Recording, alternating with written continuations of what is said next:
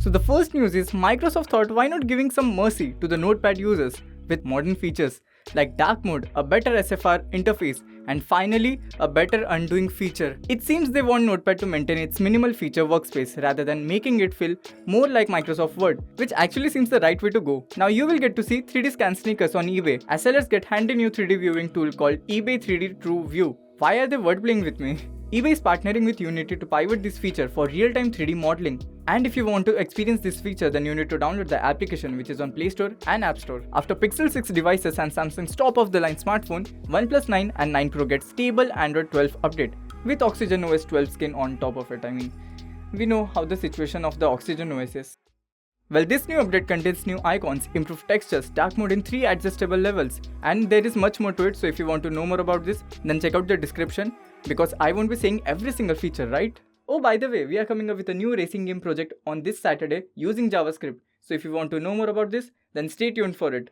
After a few under-display camera iterations, it seems that Moto is taking the task in their hands, as their upcoming Moto Edge X30 is confirmed with 60 megapixel under-display camera.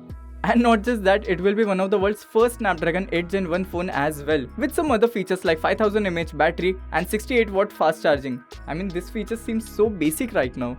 Let's see what Moto does with the overhyped feature. I mean, what will be the price? If you have any guesses, let me know in the comment section. Actually, I wanted to ask you a question. It seems like you are enjoying the video, then a like will be cool, don't you think?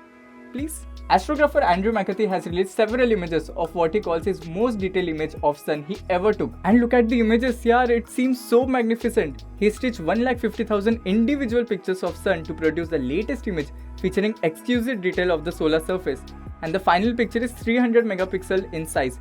I'm pretty sure Samsung has noted this down to use in their upcoming smartphones marketing. Let's see if it happens. So yes, this is it for today. Let me know how was the video and how is the new studio. I mean, I am very pumped to shoot from here. And you can check out our Instagram handle or our website, which is linked over here somewhere. So yes, take care. Bye.